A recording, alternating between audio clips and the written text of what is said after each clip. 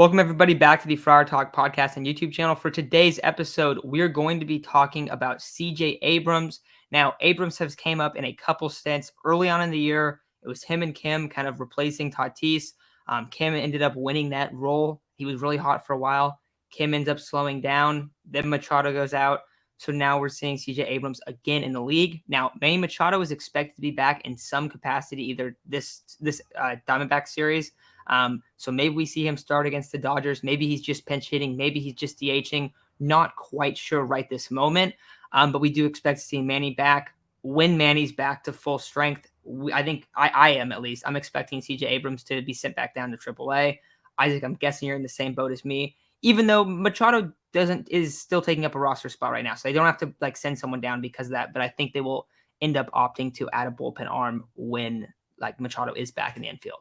But with that stuff said, we want to talk about CJ Abrams because we've been hearing a lot of stuff about him, about how he's not good, how, people were way overhyped on him. Now, I will say, I think for our show, we're a little, I guess, maybe not overhyped, but kind of expecting him to start a lot hotter than he's been able to do.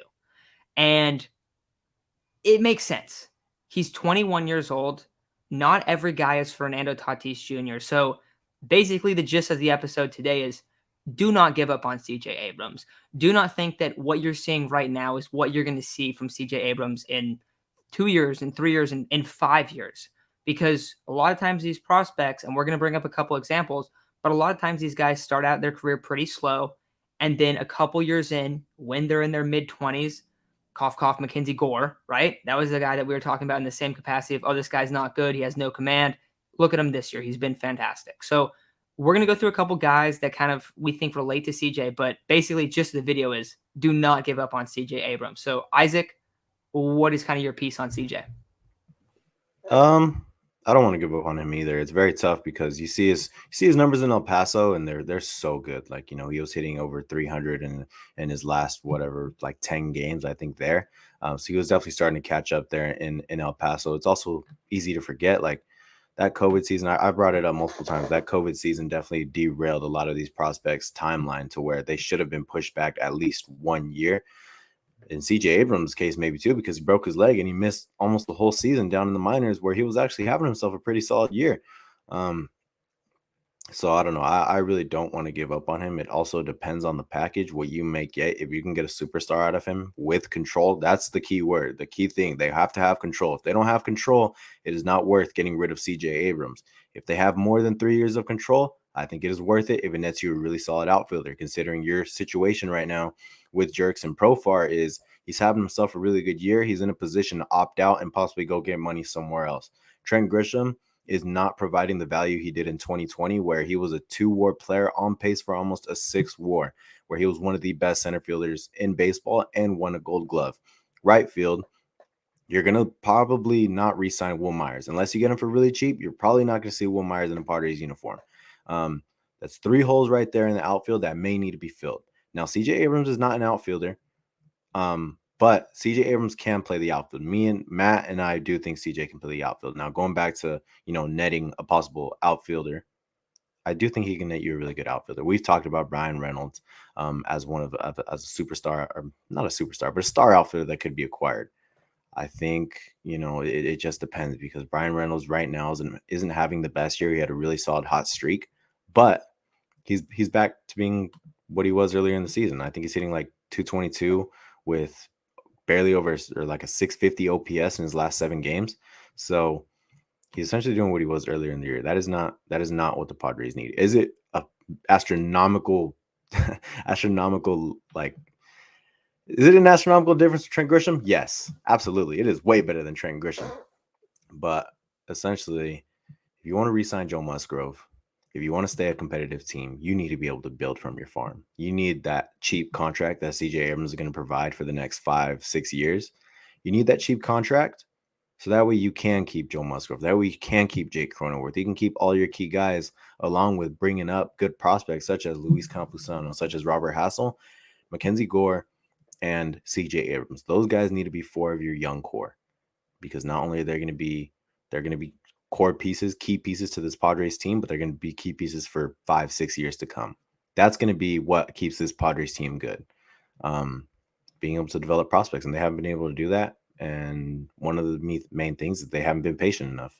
Not like you said, man. Not every prospect can be Fernando. They can't. We as fans are very, very, very spoiled with what Fernando did. Um, and I kind of think that goes throughout the Padres organization, because you see them give up on prospects very fast. And I think, there was a player, I believe, who talked about it, who was essentially saying, in the Padres organization, if you don't pan out fast, they're going to look to trade you. Eric Lauer, I believe, was one of those guys. But yeah, man, I don't think it's a good time to trade CJ Abrams. I know there has to be something in AJ Preller's mind saying, like, I can't trade this kid. Yeah, and I'm totally there with you. You bring up a couple of those guys. Eric Lauer absolutely comes to mind. Another guy that's been really good, except he was recently injured, is Ty France. Now, Ty France was putting up numbers on the Padres, but when he was a rookie in 2019, he had 184 at bats, only hit 234, under a 700 OPS. He wasn't very good. Then he comes in 2020, starts a year out hot, and he ends up being traded. However, he was hitting over 300, had like an 850 OPS when he was traded. Not a lot of games. Padres, now they were, I want to say, was that the Clev trade, right? I think that was the Clev trade. Which one? For Ty France? Ty France was the Austin Nola. Oh, God. Okay, that's rough. But, you trade Ty France. You give up on Ty France. Ty France is a stud. Ty France this year was on pace. What was he at? He was a 3 WAR before he got hurt. He's had 300 plate appearances. Last year, he was one of the top first basemen in the league. He had over a 4 WAR season. He was fantastic. He hits high 800 OPS. He hits a lot of home runs. He's a great hitter. He's a great player. Gave up on him. Now, there's also other guys in the league, not just Padres players, that start out their career slow.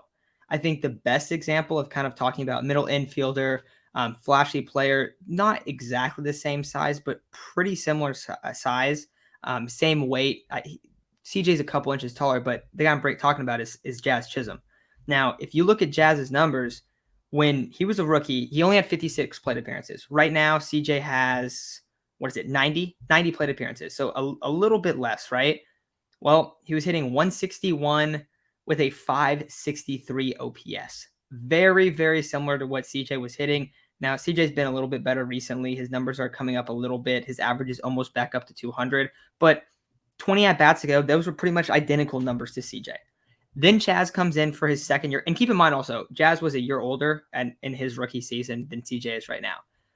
Second year, Jazz comes into the league, hits 248, only a 728 OPS, a 96 OPS plus. So he's an average player. And then what have we seen this year? We've seen that he is one of like the key young pieces of the whole sport in terms of he's super marketable. People love him. He is balling out. I mean, he has a 140 OPS plus. He has 14 home runs already. Last year he only had 18, and he's played half the time, less than half the time so far. So he's a guy that's like an emerging superstar. He's only 24 years old. CJ's 21. When Jazz came in the league, he was 22 and he was struggling. Ends up working out just fine. So when you give up on these prospects when they start out slow, and this isn't a guarantee that CJ is going to be great or anything, but it just doesn't make much sense. It is not a recipe for success. Isaac, you're talking about him, Wood, Hassel, Mackenzie Gore, all these guys potentially being like your building pieces, right? Well, the biggest thing about that is that they're cheap.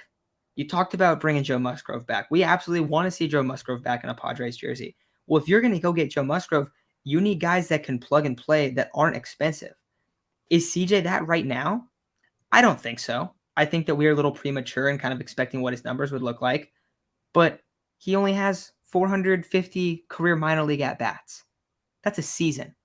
That's a season of minor league baseball. So it's tough to look at him and go, oh, this guy sucks. Because, Isaac, I remember we were talking about, you were at the game the other day, and you were saying that around the ballpark, it was a lot of negativity when it was coming to CJ Abrams. And it's just surprising because it is way, way, way too early to give up on him. I know a lot of people don't like his kind of loopy swing and stuff. His frame also isn't filled out. He's going to make adjustments. He's going to shorten the swing. I don't know how much it helps playing in El Paso. I feel like that just makes it more difficult. But I expect CJ Abrams to be ready to play. And probably, I would guess, an outfield spot next year.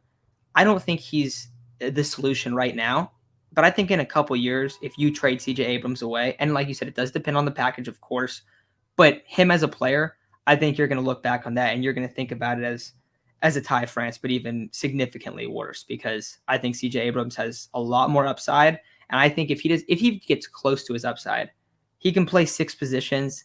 He's an amazing athlete. He's 95 percentile in speed right now. He can field. I mean, he looked really comfortable in the outfield. Like we talked about how they moved Fernando there. He looked way more comfortable in right than Fernando did last year, and that was with even less reps. So he looks like he can project to be a right fielder or left fielder. But he is your future plans. So if you're going to trade him, you got to get a lot back for him. I am not for it. I don't really think there's anyone on the market that I would want them to go after where I'd be willing to give up CJ Abrams, but definitely do not give up on the kid. He has a bright future ahead of him, and just because he's starting out slow, we don't need to put all the stock into his MLB numbers at 21 years old. Yeah, you talked about Jazz Chisholm. I mean, he also had plus speed at a very young age. And what did you say? He was like a year older than Abrams when he debuted. So he had 60 grade speed. He also had probably more power at that age. He was more of a power speed kind of guy, which was surprising considering his frame. But um, well, the thing was that Jazz didn't have the build, so people didn't think he'd hit for a lot of power. Though he had shown the ability to be able to hit for power. He had shown he could hit the ball hard. Kind of the same thing with CJ Abrams. He's shown he could hit the ball hard. He did it in spring training. He's done it. I mean, take it with a grain of salt. He's done it in El Paso. He's even done it in the pros before. So, I mean, he's shown the ability to be able to do it. It's just a matter of giving him some time to get more at bats down in the minors. And uh, it's premature right now for CJ because he really shouldn't be placed in this kind of situation where he has to fill in for essentially a superstar, or I guess now two. He has to try and make up the production for at first for Fernando Tatis, and now he's trying to make up the production for Manny Machado. It's completely unreasonable to have such high standards for him, considering he has to fill some big shoes. I can imagine there's a lot of pressure on. I mean, a kid that's a month younger than me, I can't imagine being able to fill the shoes of two of the best players in baseball. Two of the best players baseball might ever see. Yeah, is it premature to talk about Fernando that way? I sure as hell don't think so, but maybe people do. Um, but it is really tough for CJ because he's such a good player. He's shown the ability to be such a good player. He's the number one prospect in our farm system for a reason. He is a top 10 prospect in baseball right now. That's despite having only 450 minor league at bats and missing all of last year. He is still a top prospect in baseball. So it's not only us that has this view that of him potentially being a superstar, but being one of the best players in baseball. It is league wide that he could that thinks that like he could be one of the best players in baseball. It's really tough to give up on him. I was actually really surprised when I was at the game to hear the stuff that I heard. I was like, damn, man, like chill out. He's a month younger than I am. You try filling those shoes that he's trying to fill. Um, Still a young player, still has a lot of upside. I mean, the speed's not going to go away. He could be one of the fastest players in baseball. He still has plus defense. It's just a matter of being able to fill out his frame and start hitting the ball hard. When he starts hitting the ball hard, and he's shown he can, he is going to be a really good player. And I mean, I'm not expecting him to be a star next year or I mean, the following year. I expect him to be pretty damn good. But next year, I'm not expecting anything. I mean, I just want improvement. It was the same thing essentially with Ha-seong Kim. I just wanted improvement. So hopefully we see improvement from CJ next year because this year he needs time. Yeah, I'm totally there with you. And I also think like you bring up the improvement stuff. I already feel like his plate appearances look a lot better. He's hitting the ball a lot harder. Early on, I feel like he was getting fooled a lot, striking out a lot more. I feel like his strikeout rate has dropped significantly this time in the pros. But I don't know. I have a lot of faith in him to end up panning out. I just think it's extremely premature to look at him and go, oh yeah, like these 70 at bats have showed that he's not a good player after only roughly one true full season in the minors. So it's going to work out. I think he has a great career ahead of him, but definitely just wanted to talk about that. Do not give up on CJ Abrams. It's going to be all right. Maybe don't expect a ton this year, but he's going to pan out in a couple years. In a couple years, he's only going to be 23 too. Let's think about that. We're talking about a guy that's 21 years old. So I think it's going to probably do it for today's episode. Tomorrow, we'll be recapping this Padres Diamondback series. Also, we did do a preview yesterday, a little preview and predictions for this 2-game Diamondback series. So if you guys want to check that out, that was yesterday's episode. But with all that said, I think it's going to do it. So thank you guys for listening, and we will be going live tomorrow evening.